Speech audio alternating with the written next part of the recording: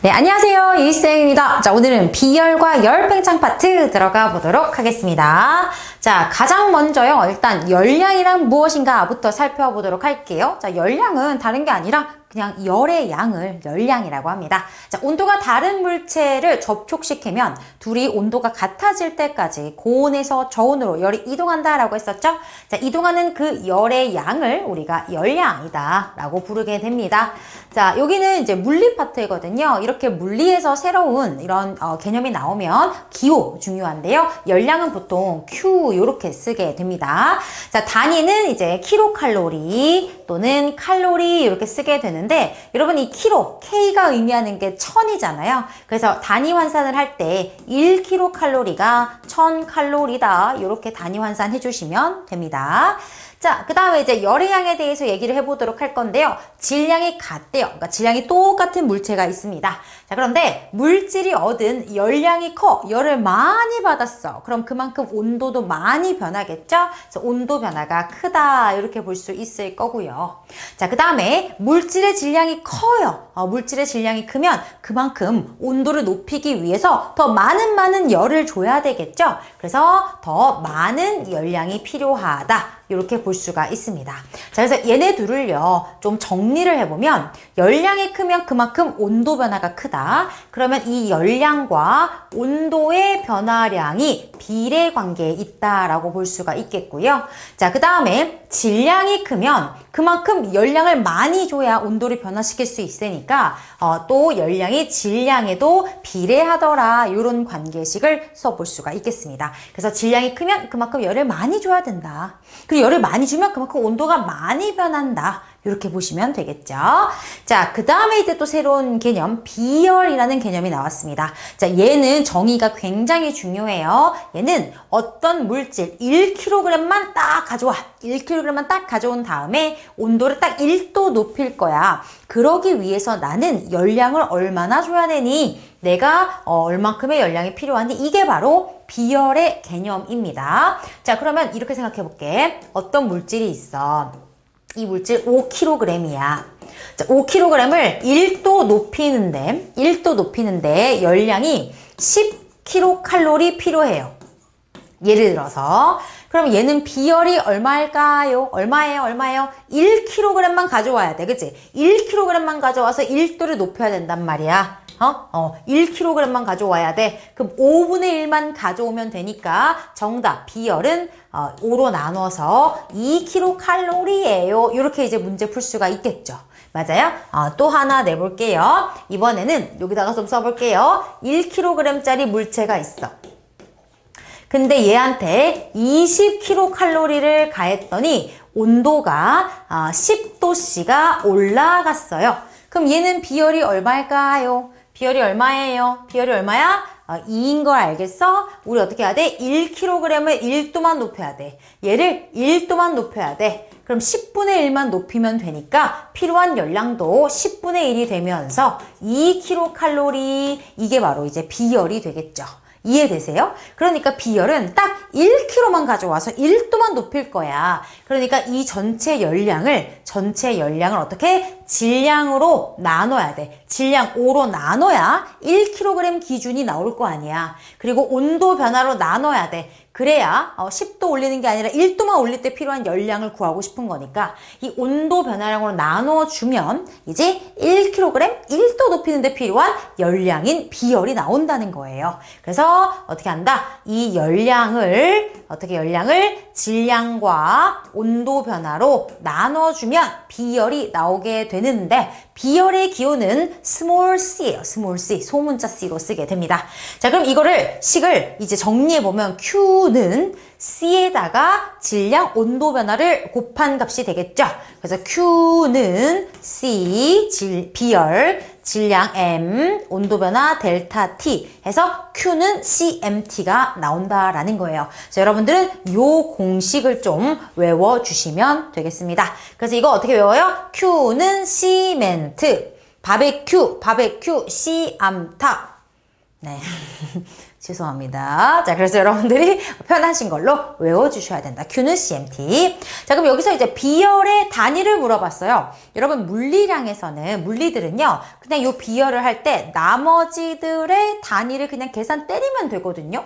그러니까 비열이 지금 어떻게 해요? 열량을 질량과 온도 변화로 나눈 거잖아요. 그럼 열량의 단위가 킬로칼로리고 질량과 온도 변화로 나눈 거니까 질량과 온도 변화의 단위로 그냥 나눠주시면 돼요. 그냥 물리 계산하듯이 단위들끼리도 그냥 식에 똑같이 대입하시면 돼요. 자, 킬로칼로리 per 킬로그램 도시 이렇게 단위가 설정이 됩니다. 자, 그래서 비열의 특징 마저 정리해 보면요. 물질마다 달라요.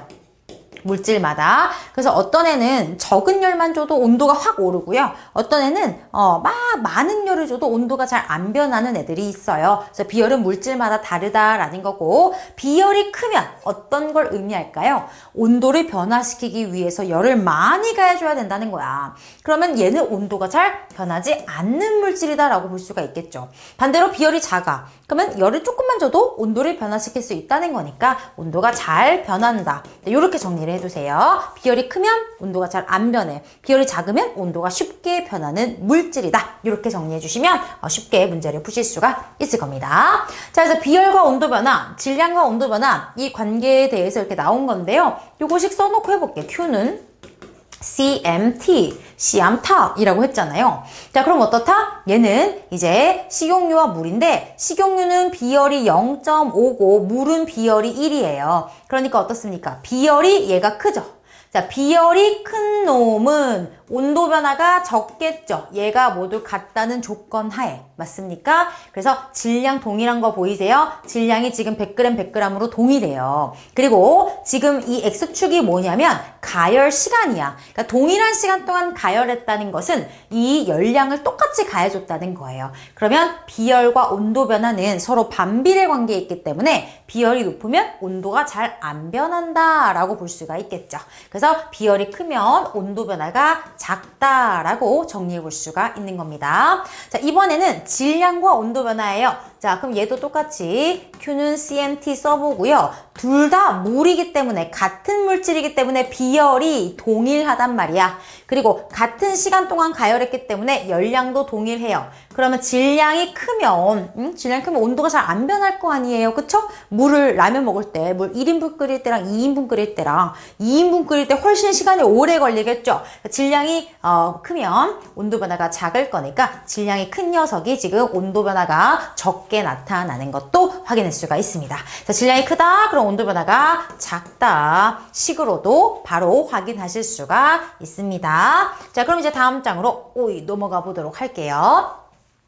자, 이렇게 비열이 물질마다 다르기 때문에 나타나는 현상들에 대해서 보도록 할 건데요. 바로 해류풍입니다.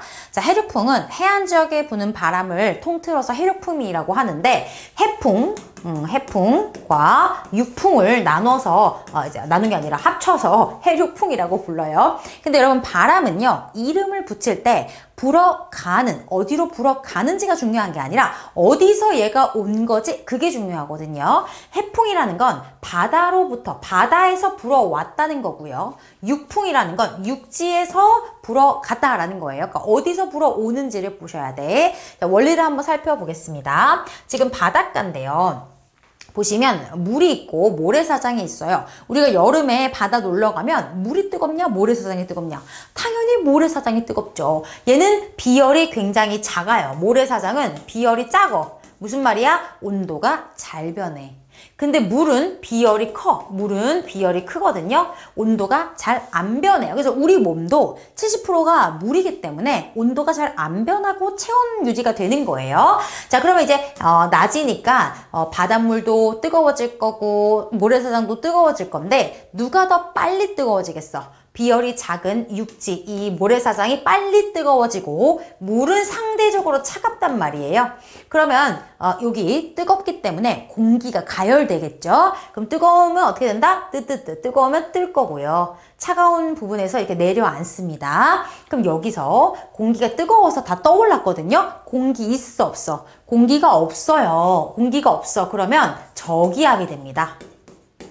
여기는 내려왔잖아. 많잖아. 고기압이 됩니다. 그러면 바람은 고기압에서 저기압으로 불게 되어 있거든요. 그래서 해풍이 부는 거예요. 자, 반대로 밤에는 둘 다 차가워져. 근데 누가 빨리 차가워져? 모래사장이 빨리 차가워져. 그러니까 이 모래가 비열이 작기 때문에 빨리 뜨거워지고 빨리 차가워지고, 그래서 빨리 차가워져서 공기가 차가워지니까 내려앉아서 고기압이 됐고요. 여기는 상대적으로 뜨겁진 않겠지, 바닷물이. 상대적으로 뜨거우니까 위로 올라가서 공기가 다 올라갔으니까 공기가 없어서 저기압이 되고요. 고기압에서 저기압으로 공기가 이동하면서 바람이 부는 거죠. 육풍이 되겠습니다. 됐죠? 해풍, 육풍 살펴봤고요.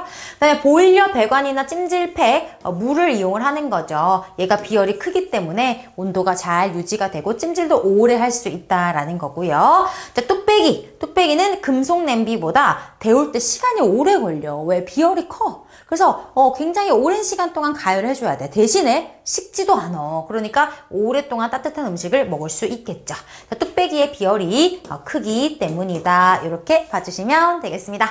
자, 비열에 의한 현상들까지 좀 살펴봤고요. 자, 그 다음 열팽창으로 넘어가 보도록 할게요. 열을 가하면 부피가 팽창하거든요. 자, 그게 열팽창이에요. 자, 그 원리를 이제 살펴보면 온도가 높아집니다. 열을 얻었기 때문이죠. 그럼 열은 에너지이기 때문에 입자 운동이 활발해진다. 입자 운동이 활발해진다. 자, 우리가 체육 시간에 가만히 차렷해 있을 때랑 체조할 때랑 어때요? 체조할 때는 우리 친구들과의 사이 거리가 멀어져야 되겠죠? 왜? 내가 활발하게 움직여야 되니까 이 거리가 멀어져야 된단 말이에요. 그러니까 이렇게 입자 운동이 활발해지면 입자 간 거리가 멀어지게 되어 있습니다. 그래서 입자들 사이의 거리가 멀어지고요. 그럼 전체 부피가 어떻게 되겠어요? 증가하게 되겠죠. 그래서 온도가 높아지면 열 에너지 받으면 입자 운동 활발, 부피 증가 가 되는 겁니다. 그래서 이렇게 부피가 증가하는 현상을 뭐라고 한다? 열팽창. 온도가 높아졌더니 입자 운동이 활발해지면서 부피가 증가한 현상을 열팽창이다 라고 부르게 되겠습니다. 자, 그럼 열팽창 정도 보시면 온도가 많이 변하면 당연히 열팽창 많이 하겠죠. 그 다음 기체는요, 종류 관계없이 열팽창 정도가 일정해요. 똑같아.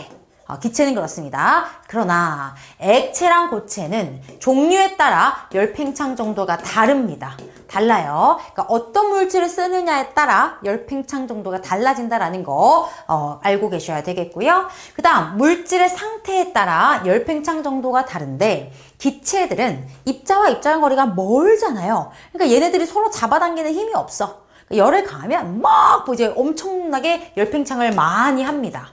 그런데 액체는 어때요? 좀 비교적 입자들이 가깝고 고체는 완전 가까워요. 그렇기 때문에 얘네들이 서로서로 잡아당기는 힘이 있어. 가까우면 서로서로 잡아당기는 인력이 있거든요. 그래서 열팽창의 정도가 이 기체만큼 클 수는 없어요. 입자 운동 활발해지는 정도가 이만큼 크진 않거든요. 서로 잡아당기는 힘이 있기 때문에. 그래서 이런 순서대로 열팽창 정도가 나타나게 됩니다.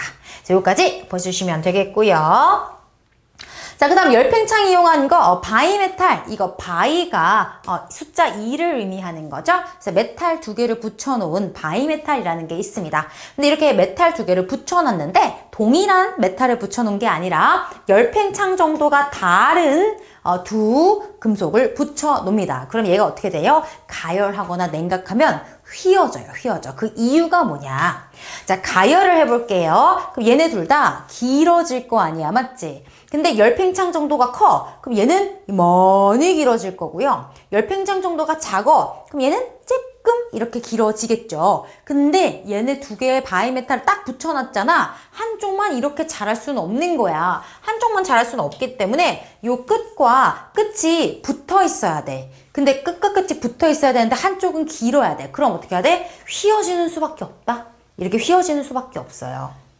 이렇게. 그러면은 바깥쪽이 길고 안쪽은 짧고 끝이 딱 붙어 있죠. 그래서 짧은 쪽으로 휘게 되는 거예요. 자, 냉각할 때도 볼까요? 자, 얘 열팽창 정도가 크기 때문에 많이 줄어들어. 얘는 열팽창 정도가 작기 때문에 조금만 줄어든단 말이야. 그러면은 이 끝이 붙어야 되기 때문에 얘는 어떻게 돼? 이렇게 휘어 있겠죠. 이렇게. 그럼 이쪽이 짧고 이쪽이 길고, 그래서 얘도 어떻게? 짧은 쪽으로 휘는 거야.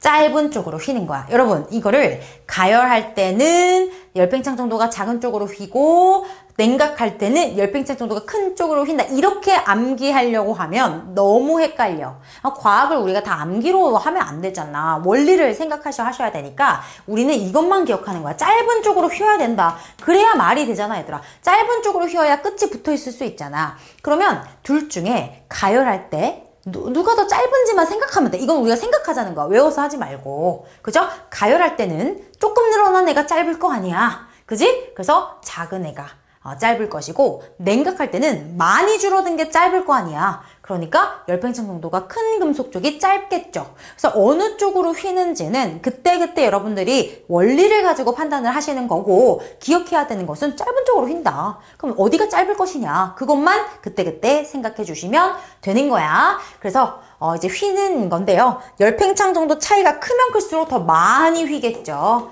그리고 가열할 때랑 냉각할 때는 서로 반대 방향으로 휘는 거고, 짧은 쪽으로 휜다만 기억하셔서 문제에서 나왔을 때 어디로 휘는지는 그때그때 판단을 해주시는 연습을 하도록 하겠습니다. 그래서 바이오미터 어떻게 쓰는 거냐면요. 원래 이렇게 있다가 이제 냉각시에, 그러니까 평상시에 이렇게 있다가 화재가 나거나 아니면 전기다림이 온도가 너무 올라갔다. 그럴 때 너무 뜨거워지면 얘가 이제 이렇게 휘는 거죠. 이렇게 휘게 만들면 어때요? 이 회로가 끊어져요. 끊어지면은 이제 전기 공급이 차단되면서 안전하게 쓸 수 있다는 거죠. 또는 이제 얘는 다른 거죠. 화재 경보기 같은 경우는 평상시에는 이렇게 휘어 있다. 평상시에. 아니면 이런 식으로 만들면 되겠죠. 회로를 얘를 살짝 위로 이렇게 올려서 바이메탈이 이렇게 되도록 이게 평상시에 회로가 끊어져 있도록 이렇게 해서 화재 경보기를 여기다 다는 거죠. 그 화재가 났을 때 얘가 이렇게 휘면서 회로가 연결이 되면 얘가 따르릉 울릴 수 있도록 이렇게 해주면 되겠죠. 그래서 얘는 평상시에는 전기 공급이 되다가 너무 뜨거워지면 끊어주는 거고, 평상시에는 끊어져 있다가 화재가 나면 연결될 수 있도록, 이런 식으로 우리가 바이메탈을 활용할 수가 있다라는 것까지 보시면 되겠습니다. 자, 그 다음에 이렇게 해서 열팽창에 의한 현상과 이용까지 보도록 할게요. 자, 여름에는 전깃줄이 늘어지고 겨울에는 팽팽해진다. 이거 다 열팽창에 의한 거고요. 차가운 유리컵에 뜨거운 물을 부으면 어떻게 돼요? 뜨거운 물에 의해서 갑자기 열팽창하면서 유리컵이 깨져버린다. 그 다음 철로 만든 에펠탑. 이거 에펠탑 높이가요, 실제로 여름하고 겨울하고 재면 차이가 많이 난다고 합니다. 여름철에 더 열팽창에 의해서 높아지겠죠. 자, 그리고 다리 철로 이음새에 틈을 만들어줘야 됩니다. 여름철에 열팽창하면 이게 휘어질 수 있기 때문에 틈을 만들어줘야 되고요. 우리 이제 콜라 같은 거 음료수병 보면은 꽉 채워져 있지 않고 살짝 공간이 있죠. 이게 열팽창에 의해서 터질까봐 공간을 만들어줘야 되고요. 자, 온도 변화에 따라 열팽창하는 원리를 이용해서 알코올이나 수은 온도계, 그쵸? 여러분들 요즘에 이런 수은 온도계 본 적 있나? 이렇게 해서 이렇게 빨간 색깔 이렇게 돼 있어요. 그리고 숫자가 있는데 이게 이제 열에 의한 열팽창에 따라서 이 액체가 열팽창하면서 쭉 올라가면서 숫자를 가리키도록 만든 거고요. 가스관, 속유관 구부러진 부분 열팽창할 수 있기 때문에 일부러 여유 공간을 만들어주는 거고, 충치 치료할 때 이 충전재가 치아랑 열팽창 정도가 비슷해야, 우리가 뜨거운 음식을 먹고 또 차가운 음식을 먹고 했을 때 열팽창 정도가 똑같아야 이게 잘 역할을 할 수가 있겠죠. 그래서 열팽창에 의한 현상과 이용들, 크게 어려운 내용은 없으니까요. 한 번씩 읽어보시면 되겠습니다. 자, 이렇게 해서 우리가 비열에 관한 내용, 열팽창에 대한 내용 오늘 정리해봤고요. 생각은 또 다음 영상에서 다시 만나도록 하겠습니다. 고생하셨습니다.